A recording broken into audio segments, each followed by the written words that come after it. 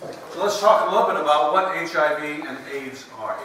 HIV, human immunodeficiency. Human immunodeficiency virus. AIDS, acquired immune deficiency virus syndrome. What exactly does that mean? This disease is a virus. It's a virus that attacks our immune system. Our immune systems have cells called CD4 cells that prevent us from getting sick. And every time some little bug comes along, these CD4 cells go into play and attack that virus. Well, this virus overcomes the CD4 cells. It overtakes them and kills the CD4 cells. And so when our CD4 cell count goes below 200, we are officially in HIV. AIDS. So we want to make sure that people understand what this disease is. It's a virus. And we want to teach them how they can prevent this disease. You know, when people have HIV, there's such a huge stigma that goes with it. I work over at Bridge House as a volunteer. Now these guys are in addiction recovery. They've usually hit the bottom by the time they come to Bridge House. And they're all in the same community. There's 84 people living there. And they discuss some really deep personal things that have happened in their lives. But one thing they don't discuss is if they happen to be HIV positive. They have so much shame that they have involved with HIV that even when they talk about all the horrific things that have happened to them in addiction, they can't share with these guys because they're afraid the guys in the community won't allow them to live in the same room with them, eat with them, use the same bathroom. You know, this disease is not transmitted through eating or using the bathroom. As a matter of fact, there's only 3 ways this disease is transmitted. Exchange of bodily fluids through sex. Men on men, men on women, women on women, it makes no difference. Exchange of bodily fluids. The second way is through introduction to the blood via a needle or transfusion, usually through drugs, sharing needles. And of course the third way is through pregnancy and breast milk. Women that are pregnant and have delivered a child and feed them with breast milk if they have HIV. That's the only 3 ways that this disease can be transmitted. Now, that one bit of information is a huge thing to tell your people because you can't catch it sitting next to them. You can't catch it eating after them.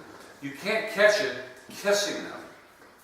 We have families that feed their family member that's HIV with paper plates and plastic cups because they're afraid that they could catch it. The pain and suffering that goes along with this disease is beyond comprehension. People, your neighbors won't tell you about it if they have it. People in church don't want to sit next to you if you have it. And churches aren't exactly speaking about it because it's uncomfortable. I actually have a couple of posters up here that you're free to take back to your church. They happen to have the Episcopal logo on there, but you can cut it out if that's what you want. But it's a welcoming poster to people who have illnesses. Put in your church to let them know that all people are welcome in our church. You know, the thing that goes on with the common misunderstanding with HIV is that, well, if we get it, we know we can take drugs and we're not going to die. This isn't the 80s, the 70s, and the 80s.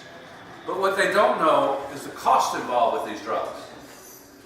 You're looking at $3,000, $3,500 a month for the medicine to keep you alive, the antiretroviral medicine to keep you alive. Most people, that's beyond their means. So when you get HIV, which is with you for life, there is no cure, you have this drug, this disease for the rest of your life, you are then doomed to poverty because you have to live in poverty in order to qualify for the programs. So it's beyond having the disease to live with and your illness. Now you have to live in poverty. This is a life sentence. It doesn't have to be. it can be avoided, but it can only be avoided through education.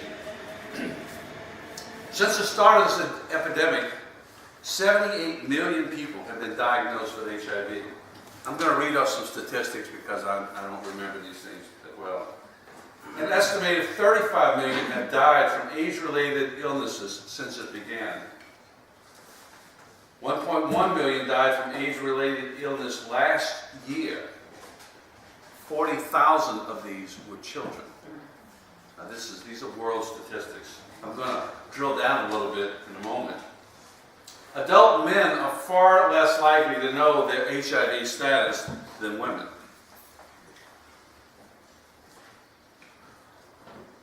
Antiretroviral therapy has increased lifespans in high-income countries, but 31% of people living with HIV are now over 50 years old.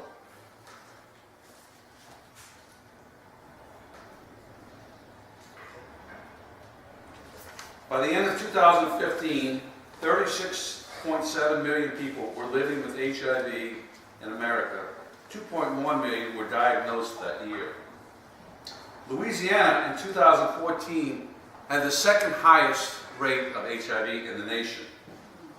Baton Rouge was rated first in the nation. New Orleans I have here as fourth in the nation. In 2015, 72% of the new cases of HIV were African American.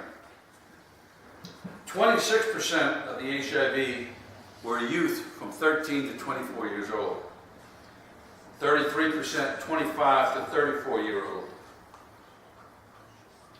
In 2015, we had 1,139 new cases of HIV in Louisiana. As of June this year, in Louisiana, we have 8,142 people living with HIV in New Orleans. 8,000 people in New Orleans. 97 of them were diagnosed with primary and secondary syphilis alongside of this. 599 were diagnosed with HIV in New Orleans, just in the last few months. So we have, it's not a full-blown epidemic, but we have increasing numbers. And we don't need to have increasing numbers. We're having increasing numbers because people don't want to talk about it. They don't want to talk about it in the schools. They don't want to talk about it from a lot of churches. It's certainly not a political subject that the politicians want to discuss. But it's up to us to get the word out, to talk about this with people. First of all, to welcome those who do have this disease and treat them with the dignity and respect that they deserve. To help them to overcome the stigma that they feel from people who don't want to be around them because they don't know, they don't understand. 3 ways, remember, only 3 ways you can get this disease. This disease is totally preventable. Let's pray.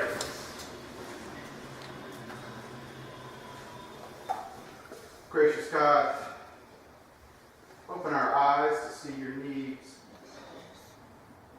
Open our ears to hear your call. Open our hearts so that we might respond with compassion.